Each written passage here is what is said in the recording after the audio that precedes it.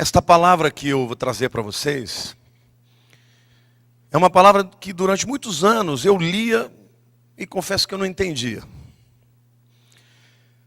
Mas os segredos de Deus são tão lindos, né? E como é maravilhoso quando o Espírito Santo revela para a gente.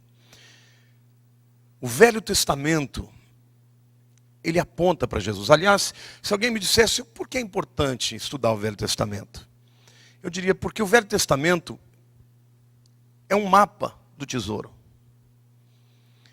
Porque ele vai nos mostrando, através de algumas pistas, o maior de todos os tesouros, que é Jesus Cristo. Então, quando a gente estuda o Velho Testamento, não é para trazer o judaísmo para dentro da igreja. Não.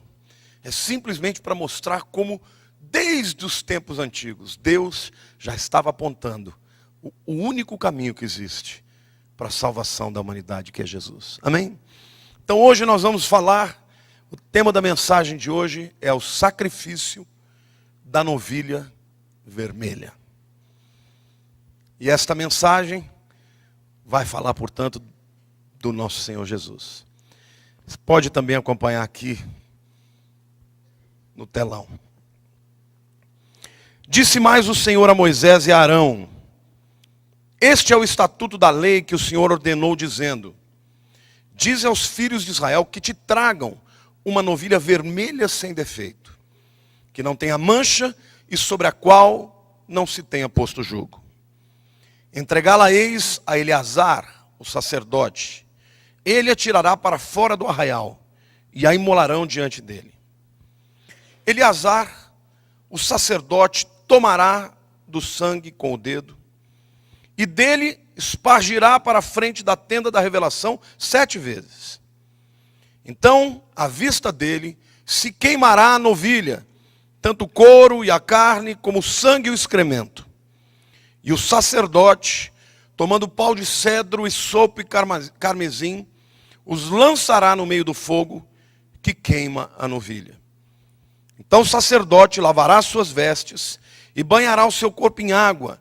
Depois entrará no arraial e o sacerdote será imundo até a tarde. Também o que tiver queimado lavará suas vestes e banhará o seu corpo em água, e será imundo até a tarde. E um homem limpo recolherá a cinza da novilha e a depositará fora do arraial num lugar limpo, e ficará ela guardada para a congregação dos filhos de Israel, para a água de purificação, é oferta pelo pecado. E o que recolher a cinza da novilha, lavará suas vestes e será imundo até a tarde. Isto será por estatuto perpétuo aos filhos de Israel e ao estrangeiro que peregrina entre eles. Aquele que tocar o cadáver de algum homem será imundo 7 dias. Ao 3º dia, o mesmo se purificará com aquela água. E ao 7º dia se tornará limpo. Mas se ao 3º dia não se purificar, não se tornará limpo ao 7º dia. Todo aquele que tocar o cadáver de algum homem que tenha morrido e não se purificar, contamina o tabernáculo do Senhor. E essa alma será extirpada de Israel, porque a água da purificação não foi aspergida sobre ele. Continua imundo. A sua imundície está ainda sobre ele. Esta é a lei. Quando um homem morrer numa tenda, todo aquele que entrar na tenda e todo aquele que nela estiver será imundo 7 dias. Também todo vaso aberto sobre que não houver pano atado será imundo. E todo aquele que no campo tocar alguém que tenha sido morto pela espada, ou outro cadáver, ou um osso de algum homem, uma sepultura, será imundo 7 dias. Para o imundo, pois, tomarão da cinza da queima da oferta pelo pecado, e sobre ela derramarão água corrente num vaso. E um homem limpo tomará esopo e o molhará na água, e aspergirá sobre a tenda, sobre todos os objetos e sobre as pessoas que ali estiverem, como também sobre aquele que tiver tocado o osso ou que foi morto, ou que faleceu à sepultura. Também o limpo ao 3º dia, e ao 7º dia o espargirá sobre o imundo, e ao 7º dia o purificará. E o que era imundo lavará suas vestes, e se banhará em água, e à tarde será limpo. Queridos, o povo de Israel recebeu uma ordem expressa de Deus. 3 vezes ao ano, eles deveriam fazer uma peregrinação para Jerusalém. Não importa onde eles estivessem, 3 datas eles teriam que estar em Jerusalém. Pentecostes, primeiro Páscoa, depois Pentecostes e por último o tabernáculo. E eles vinham de todas as tribos, de todas as regiões de Israel. Mas eles tinham um problema. Como é que eles entrariam na região do templo, que era um lugar santo? Eles precisavam ser purificados. Então Deus deu uma orientação de como o processo de purificação aconteceria. Havia um tipo de novilha, uma novilha vermelha, muito rara. Ela era criada dentro das dimensões do templo. Ela nunca saía para fora. E estas novilhas, elas tinham que ser perfeitas. Totalmente vermelhas. Não podia ter um pelo de outra cor. Não podia ter uma mancha. Não podia ter um ossinho quebrado. Não podia ter um chifre torto.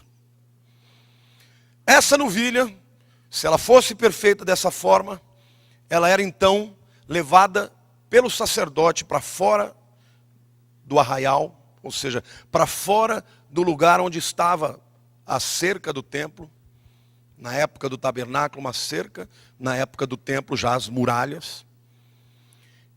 E na época de Jesus, esse lugar era o Monte das Oliveiras. E lá, as pessoas faziam uma pira, botavam fogo, e à presença do sacerdote, eles matavam aquela novilha e a colocavam no fogo. E ali ela ficava sendo queimada e o fogo ia abrasando de tal maneira que explodia por dentro, para fora, as entranhas. E até quando saíam as entranhas e o excremento do animal, naquela hora o sacerdote pegava um pau de cedro e também um galho de um arbusto muito comum no deserto, muito simples, chamado isopo, que era extremamente resistente ao calor e ao fogo, e empurrava para dentro do fogo aquilo que havia sobrado. Porque o objetivo era que aquela novilha fosse queimada e que sobrasse somente cinzas. Então, a partir daí, o sacerdote, antes de jogar no fogo, havia botado a mão e tirado o sangue daquela novilha, e ele então caminhava. No tempo de Jesus, havia uma ponte do muro do Monte das Oliveiras até a entrada da porta oriental, e ele entrava diretamente por uma ponte, ia para dentro do templo, e lá ele aspergia 7 vezes com o sangue daquela novilha. E o que acontecia? A partir do 3º dia, as pessoas podiam começar a ser aspergidas. Ele misturava a cinza com água corrente. Um vaso ficava lá no Monte das Oliveiras. E o restante da cinza era distribuído em 24 vasos. Para cada vaso, uma ordem sacerdotal. Todo judeu que fosse entrar na área do templo tinha que receber a aspersão daquela substância, da água com a cinza. E a Bíblia diz que eles recebiam no 3º dia e depois no 7º dia. E somente no 7º dia é que eles se tornavam purificados. Agora, o que isso tem a ver conosco? O que isso tem a ver com Jesus? Eu quero mostrar para vocês como este sacrifício da novilha vermelha diz respeito totalmente a Jesus. É interessante quando você lê os rabinos falando a respeito disso, eles dizem que este é um sacrifício que ninguém compreende. Que nem Salomão entendeu. Mas quando eles se convertem, o Espírito Santo revela. E aí eles passam a entender que este sacrifício tão importante de purificação aponta para a única pessoa que pode nos purificar os pecados, Jesus. Aperta os cintos, abra os olhos, aguce os ouvidos, diga assim: eu sou filho do Deus vivo. Diga, tudo aquilo que a palavra de Deus diz, eu tenho. Tudo aquilo que a palavra de Deus diz, eu sou. Digo, a minha mente está aberta, os meus ouvidos aguçados, o meu coração aberto para ser transformado pela palavra do Senhor nesta noite. Amém? Aplauda o Senhor, diga eu creio, eu recebo em nome de Jesus. Aleluia! Glória a Deus, diga glória a Deus. Diga aleluia! Diga hoje Deus vai mexer na minha vida. Diga, abre o coração que Jesus vai falar com você. Aleluia. Eu quero dividir essa palavra para ficar bem prática para você em 3 partes diferentes. Na primeira parte eu vou falar especificamente sobre as características, as qualidades da novilha. Na segunda parte eu quero falar para vocês sobre a morte, o processo da morte, como deveria ser feita. E na terceira parte eu quero falar do processo de purificação. Amém? Estão preparados? Quais eram as características da novilha? Primeiro, ela era raríssima. Ela era puríssima. Não tinha nenhum pelo que não fosse vermelho. Ela era totalmente separada do rebanho de Israel. Assim como Jesus. Deixa eu dizer uma coisa para vocês. Existem muitos outros grandes homens na história. Mas nenhum deles pode purificar os seus pecados. Buda foi para o mato e passou anos da sua vida para voltar e descobrir que nós somos pecadores. Podia ter feito isso simplesmente olhando para dentro de si mesmo. Mas não aponta o caminho da purificação, só diz que você tem que meditar, tem que buscar e fica aquela nheco-nheco. Confúcio, Maomé, Gandhi, quantos homens na história passaram?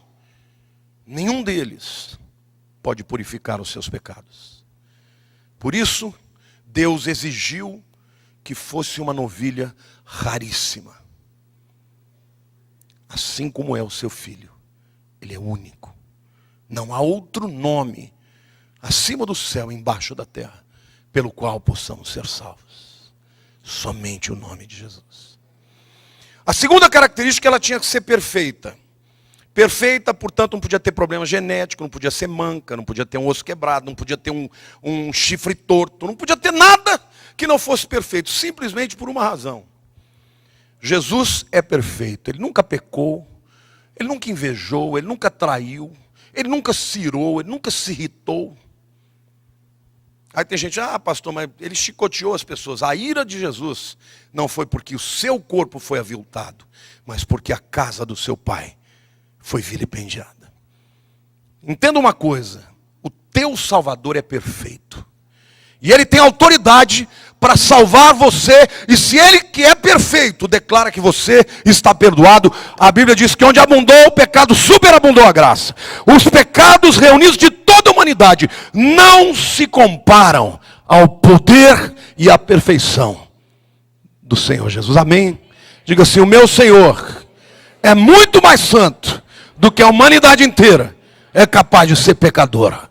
Diga, o sacrifício dele paga a conta de todos nós. Amém ou não? Quando você duvida disso, você não está sendo humilde, você está duvidando da perfeição do Filho de Deus.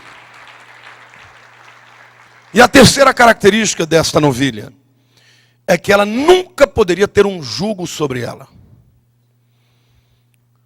O povo de Israel era um povo de uma comunidade agrícola e pecuária. O animal forte para o arado era o boi. Mas quando você bota o jugo sobre o boi, ele está atrelado, ele está preso e ele não pode ir para onde ele quer. Ele tem que fazer o caminho que o seu mestre manda fazer. Deus exige que esta novilha não seja nunca montada ou tenha sobre ela um jugo, porque aquele que veio para libertar não podia ser cativo. Entenda uma coisa, até quando prenderam Jesus, ele era livre. Jesus nunca teve uma cadeia moral, nunca teve uma cadeia espiritual, nunca teve um demônio que obrigava ele a fazer alguma coisa. Ele era Senhor sobre todas as coisas, ele era livre. E a Bíblia diz que ele não foi morto porque o mataram. Ele diz, ninguém toma a minha vida, eu voluntariamente a dou. E ele se entregou livremente por você e por mim. Quando chegaram os soldados e Pedro tirou a sua espada e cortou a orelha esquerda de Malco, Jesus foi lá e colou e falou: Pedro, porventura, aquele que matar pela espada vai ser morto pela espada. E porventura eu não podia chamar ao meu pai, ele não mandaria uma miríade de anjos. Não é miríade que ele usou, não é um exército, uma legião. Uma legião era de 4 a 6 mil soldados. Jesus disse: Pedro, eu podia chamar aí 4 mil anjos. Você acha que ele não dá conta disso aqui? Eu estou entregando a minha vida, amém? O teu Salvador é livre e ele veio para te libertar. Diga: você não precisa andar debaixo de jugo, de cadeia, porque conhecereis a verdade, e a verdade vos libertará. Se o Filho vos libertar, verdadeiramente sereis livres. Aplauda o Senhor, diga: eu creio, eu creio, eu creio. Aleluia. Portanto, as características da novilha devia ser muito rara, perfeita e livre.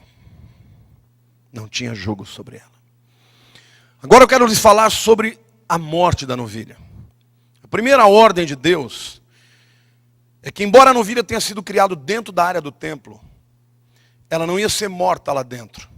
Ela ia ser morta fora do templo. Por que isso?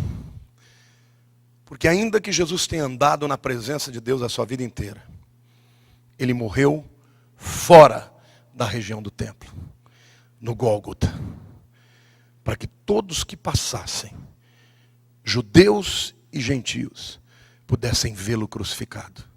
E eu quero te dizer que a morte de Jesus precisa ser pública. Você tem que publicar na sua vida, na sua declaração, em tudo que você faz. Você tem que declarar a morte e a ressurreição de Jesus, porque este é o único caminho de salvação, amém? Deus não dá ponto sem nó. A segunda coisa que a gente aprende sobre a morte é que quando se fazia a pira para botar a vaca ou a novilha, para matá-la, primeiro matavam, o sacerdote tirava ali o sangue, e eles começavam, e o fogo começava a queimar, e de repente ela explodia de dentro para fora, as entranhas saíam, os excrementos saíam. Nessa hora o sacerdote usava um pau de cedro. O cedro é uma madeira nobre, ela é super resistente ao fogo. E ele usava isso para quê? Porque com isso, tudo aquilo que havia saído de dentro da novilha, tinha que ser colocado de novo no fogo. E o sacerdote, portanto, usava um pau de cedro e um galho de isopo, que também era um arbusto muito simples, menor, a vegetação mais rasteira que tem. O dia que vocês forem comigo em Israel, eu vou mostrar para vocês o que é o isopo.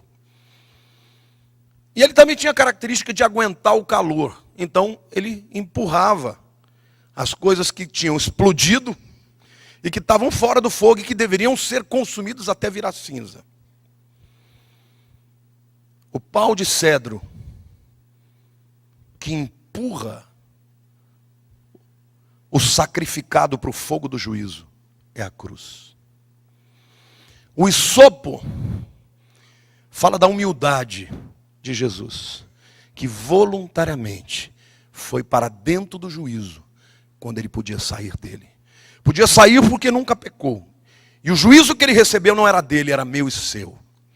Mas ele não desistiu e foi até o fim, para que você e eu pudéssemos ser purificados. Você quer a prova disso? Lá no Salmo 51, quando o salmista está contando do sentimento de culpa que ele está tendo, porque traiu o seu amigo Urias, porque mandou para a batalha para que morresse, porque o traiu com a sua esposa, gerou um filho nela, Betseba. Nessa hora, Davi está se sentindo absolutamente culpado. E no meio desta culpa, ele faz uma oração. Salmo 51, versículo 7 diz: purifica-me com isopo e ficarei limpo. Lava-me e ficarei mais alvo do que a neve. Não importa o tamanho do seu pecado. Jesus é o único que pode purificar os seus pecados. Diga, e Ele o fez, indo para o fogo do juízo, para que você não tenha que passar pelo juízo de Deus. Amém? Você pode aplaudir o Senhor e dizer glória a Deus. É assim que Deus trata conosco.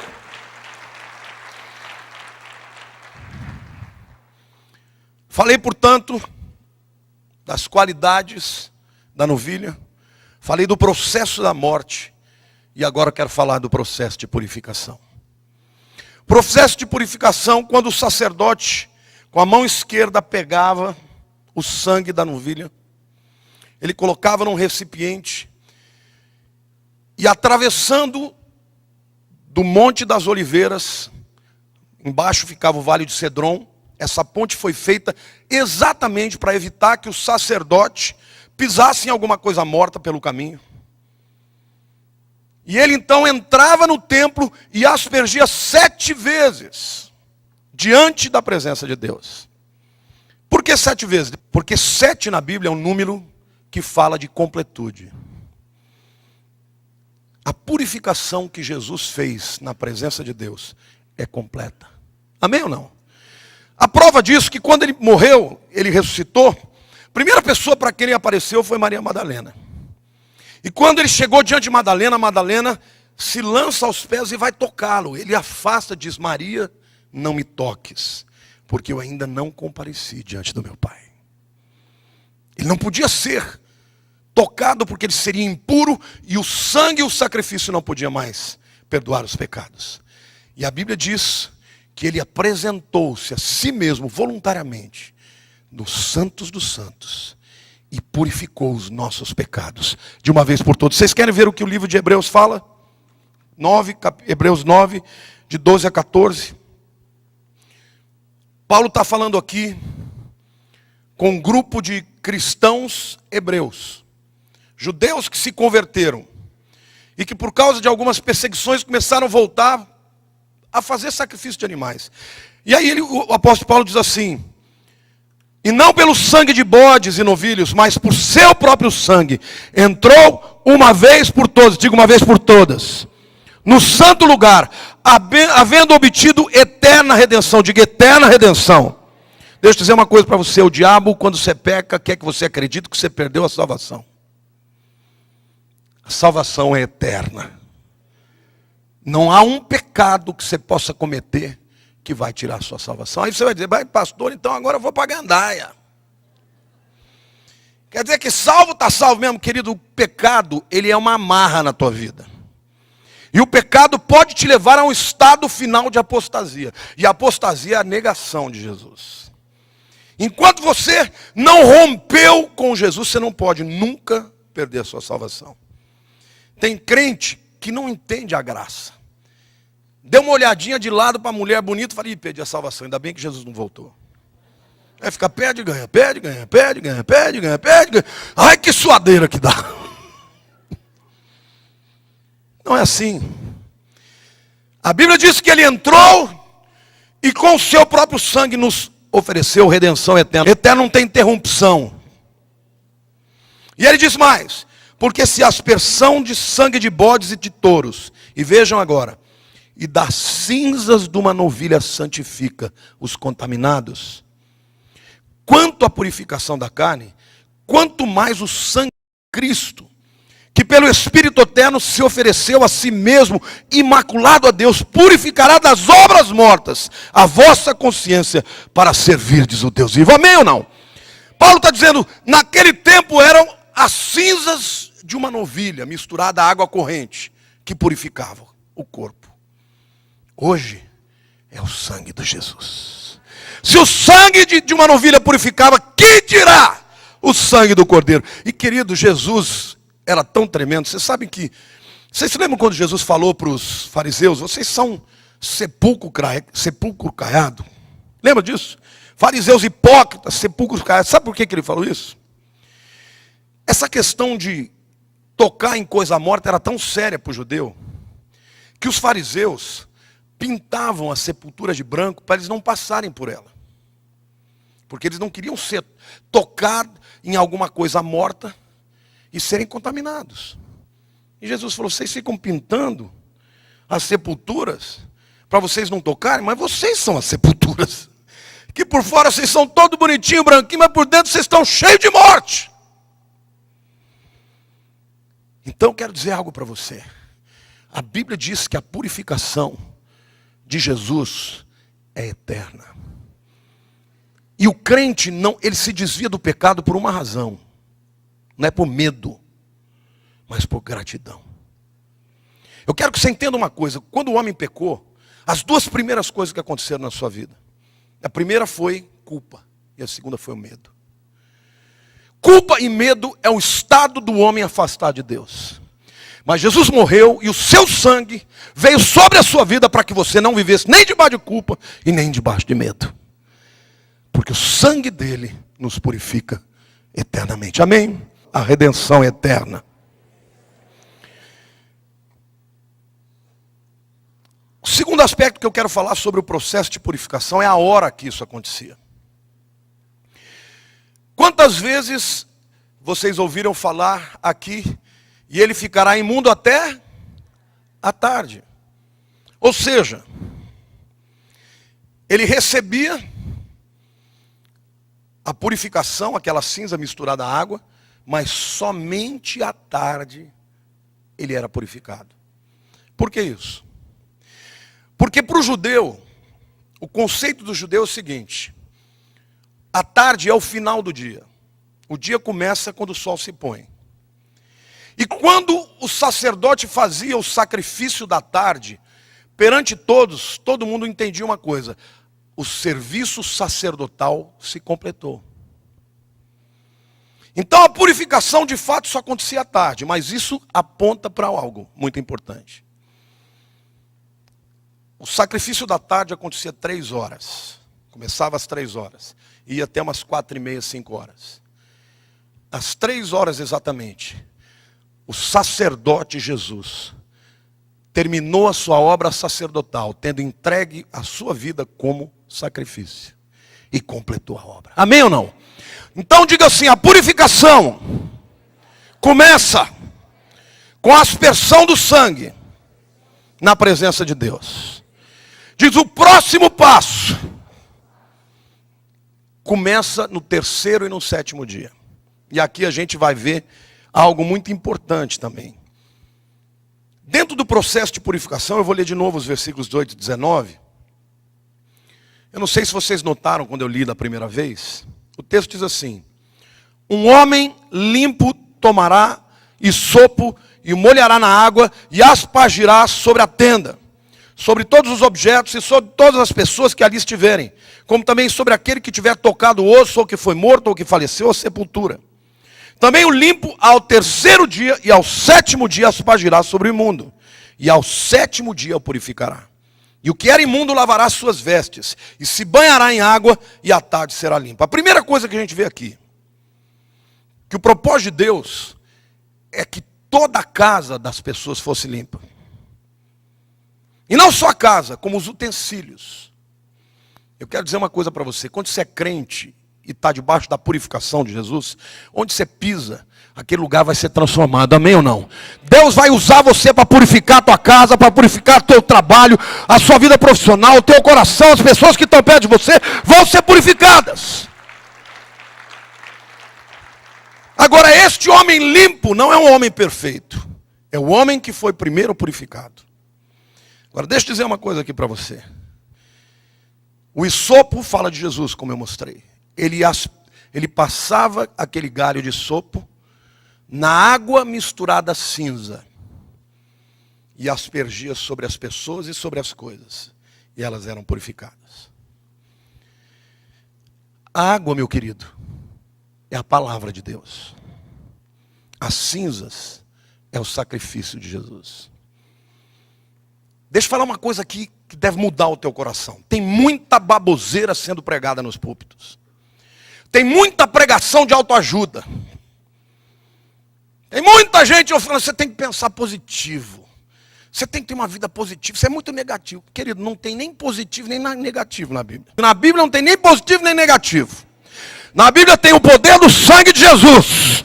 Você quer vencer o diabo, não adianta falar, eu vou vencer. Não adianta você falar, eu vou ser positivo, querido, porque tem hora na vida da gente que a gente quer chutar o pau da barraca. E nessa hora, a tua declaração deve ser: o sangue de Jesus tem poder. O sangue do Cordeiro tem poder para mudar a minha vida. Amém ou não? Glória a Deus. Você crê nisso? Por isso, a mensagem na boca de um crente tem que ser a mensagem da palavra, que é a água, misturada com a cinza, que é o sacrifício do Cordeiro. O que o diabo treme e estremece não é pregação bonitinha, não. Ele treme é do poder do nome de Jesus. Então pregue esta mensagem, porque esta é a mensagem que vai purificar. Vai purificar onde você tocar, para quem você falar. Amém? Um homem limpo usará o esopo. Jesus até te ajuda nisso. E ele vai usar daquela água misturada com a cinza para purificar a sua casa, os seus utensílios e as pessoas e os lugares. Não tem nada que Satanás tenha feito de morte na tua vida que a ressurreição de Cristo não possa restaurar. Você está me entendendo? Jesus, e a palavra de Deus precisa ser pregada hoje, nesse nível. A tua palavra, a tua fé deve ser essa. O diabo quer que você olhe para você, para os seus fracassos, para os seus erros, para as suas escorregadas. Mas Deus está dizendo, você é impuro, tem um caminho para a purificação. Porque peregrinos somos todos nós. O peregrino saía de onde estivesse para Jerusalém, porque ele queria estar na presença de Deus. E queridos, nós somos peregrinos nessa terra. E um dia todos nós vamos estar na presença de Deus. Agora a Bíblia é muito clara. Aquele que se recusasse a ser purificado, tinha que ser extirpado. E um dia nós vamos estar na presença de Deus. E o que Deus vai perguntar para você: você foi purificado? Pastor, mas não tem novilha mais. Não tem cinza mais. Mas isso era só a sombra que apontava para Jesus. Um dia todos nós vamos estar na presença de Deus. E de um lado vão estar aqueles que clamaram por Jesus. E de outro lado vão estar aqueles que o rejeitaram. Só há um jeito do homem ser purificado: através de Jesus. Amém? Mas ainda no processo de purificação, uma coisa que eu acho linda é que o texto diz que ao terceiro dia da morte da novilha, tinha a primeira aspersão. Então as pessoas iam entrando, iam sendo aspergidas. E isso se repetia de novo ao sétimo dia. E depois do sétimo dia elas estavam purificadas. Aí então elas podiam entrar de fato, as mulheres na área do pátio das mulheres, os homens no pátio dos homens, os sacerdotes no lugar santo e o sumo sacerdote no lugar santíssimo. Por que o terceiro e por que o sétimo dia? O terceiro é fácil de você descobrir. Quando começa o processo de purificação? Na ressurreição de Jesus. Querido, eu vou dizer uma coisa para você. Se Jesus tivesse morrido e permanecido na sepultura, ele não podia te libertar de obras mortas. Porque como alguém pode te livrar da morte se ele não vence a morte? Mas ele venceu a morte. Ainda que o inferno tenha tentado segurá-lo, ele ressuscitou ao terceiro dia. E ali então começa o processo de purificação na vida do crente. A partir da ressurreição de Jesus, as pessoas saíram dizendo: ele ressuscitou. Alguns diziam: não é possível. Outros diziam: mas eu vi. E esta pregação já era a água misturada à cinza. A palavra do evangelho sendo pregada, começando a renovar a vida de todos aqueles que ouviam e eram transformados e eram salvos no momento que criam. Amém ou não? Glória a Deus. Começou tudo com a ressurreição. O diabo odeia que Jesus tenha ressuscitado, porque a ressurreição é a prova da vitória contra a morte. Amém? Diga para a pessoa, pode aplaudir, glorifique o nome de Jesus, porque é tremenda essa revelação.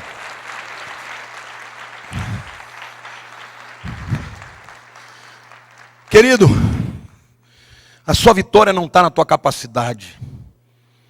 Não está tampouco na sua força de vontade. Porque tem gente que fala, eu não vou pecar, e escorrega na banana. Você quer ficar firme? Seja purificado. Busque o Senhor. Lembre-se, Jesus ressuscitou ao terceiro dia. Mas o interessante é que o texto diz que no terceiro dia ele era aspergido. Mas a purificação final acontecia só no sétimo dia. E aí está uma outra revelação. O número 7 na Bíblia é um número completo. O 7 sempre fala do final de um ciclo. E Deus fala para o homem, 6 dias são do homem, mas o sétimo é do Senhor. 6 dias trabalharás, no sétimo descansarás, é dia do Senhor. Portanto, o número 7 é o final de um ciclo. Em Israel existem muitos ciclos múltiplos de 7. Mas o apóstolo Pedro ele nos dá a dica para o segredo deste sétimo dia. O apóstolo Pedro diz assim, um dia para Deus é como 1000 anos. 1000 anos como um dia. E quando você faz as contas pelas genealogias da Bíblia, você descobre que de Adão até agora, passaram 6 milênios, 6 dias. A humanidade já entrou no sétimo dia, no dia que o Senhor voltará. Quando o ciclo terminará. E a Bíblia diz que quando ele vier, quando tocar a trombeta, os mortos vão ressuscitar. E vão ressuscitar para um corpo incorruptível. Porque hoje, meu querido, a Bíblia diz que você já foi salvo da condenação do pecado. Você já foi salvo da condenação do pecado. Mas você ainda peca? Quem já pecou aqui hoje? Quem não pecou hoje aqui, nenhuma vez sequer, levante a mão. E acabar de pecar. Ah, pastor, mas eu não quebro nenhum dos mandamentos. Você quebra, assim, todos. Você nunca idolatrou alguma coisa mais do que Deus? Já. Você nunca matou? Eu não, pelo amor de Deus. Não, você já odiou. A Bíblia diz que se odiou, matou. Você nunca adulterou? Não, de jeito nenhum. Alguns vão ficar até quietinhos, né? Não vão nem falar isso. Mas os que vão dizer, nunca adulterei, adulterou sim, porque se olhou para uma mulher diferente, já adulterou. Então se você olhar para a lei, de cabo a rabo, você já pecou em todos. Hoje, a Bíblia diz que você é livre da condenação do pecado. Quando a gente começa a andar com Jesus, a gente começa a ser livre do poder do pecado. Mas um dia, diga que não está muito longe, que eu vou ser livre da presença do pecado. Porque nesse dia você vai receber um corpo glorificado, que nunca mais vai pecar, e nunca mais o pecado encontrará lugar na sua vida. Amém ou não? Por isso que o processo de purificação começa na ressurreição. Porque a partir da ressurreição a igreja tem uma mensagem. E a mensagem da cruz. A mensagem do Evangelho. A mensagem é que o sangue do Cordeiro abriu um novo e vivo caminho para a presença do Pai. Amém ou não? Mas nós ainda vivemos nesse mundo com os nossos dilemas, com as nossas lutas, buscando agradar a Deus e muitas vezes pisando na bola. Mas a nossa certeza é que na volta do Senhor, no sétimo dia, eu e você vamos ter um novo corpo e nunca mais o pecado nos assediará. Não é lindo? O sacrifício da novilha vermelha fala de Jesus. Por isso, meu querido, Satanás quer que você ande debaixo de culpa. Ninguém serve a Deus direito debaixo de culpa. Ninguém serve a Deus direito debaixo de medo. Quando Paulo fala aos Gálatas, ele diz assim, eu me admiro como vocês tão rapidamente deixaram o evangelho da graça para um outro evangelho.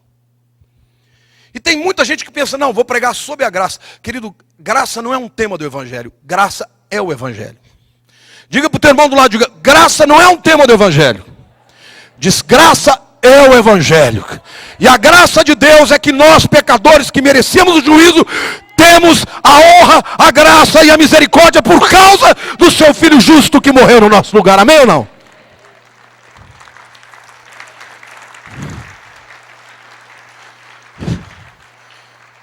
A Bíblia diz que a misericórdia triunfa sobre o juízo. Por quê? Porque na cruz o juízo foi concretizado. Mas Jesus morreu e ressuscitou. E quando ele rompeu a morte, a misericórdia triunfou. E é por isso que no Velho Testamento, Lamentações diz, as misericórdias do Senhor são a causa de não sermos consumidos. Porque elas se renovam a cada manhã. Como é que elas se renovavam? Todos os dias o sacerdote tinha que fazer sacrifícios. Hoje, ela não precisa mais se renovar. Porque o termo renovar significa que ela caducou, envelheceu e precisa ser trocada. Hoje, a gente poderia dizer, as misericórdias do Senhor são eternas. Aliás, a Bíblia diz, a misericórdia do Senhor é de eternidade em eternidade. Não precisa se renovar, porque ela é plena, definitiva e eterna. O que você e eu precisamos, simplesmente, é sermos aspergidos pela palavra da cruz, pela palavra de perdão, para que possamos então entrar na presença de Deus.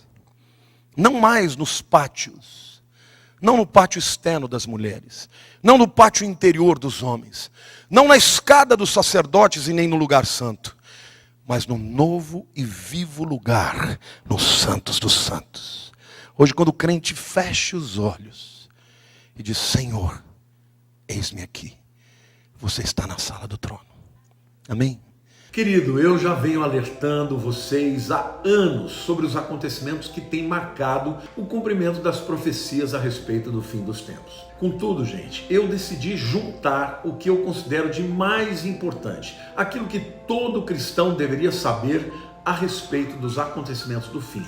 E eu vou fazer isso em uma masterclass única, com cerca de 3 horas de duração. E o objetivo é te preparar para não ser corrompido pelo engano do diabo, que será maior do que em todas as demais eras. Eu considero essa aula uma prioridade na vida de todos os que anseiam pelo retorno de Jesus e desejam subir aos céus para encontrá-lo. Se este é o seu caso, se o seu coração arde por conhecer mais a respeito do tempo do fim, então me siga no Instagram, @lamartinepozella, e acompanhe as novas informações que eu estarei liberando por lá a respeito do dia e horário desta aula. Eu espero que você faça parte dela. Que Deus te abençoe.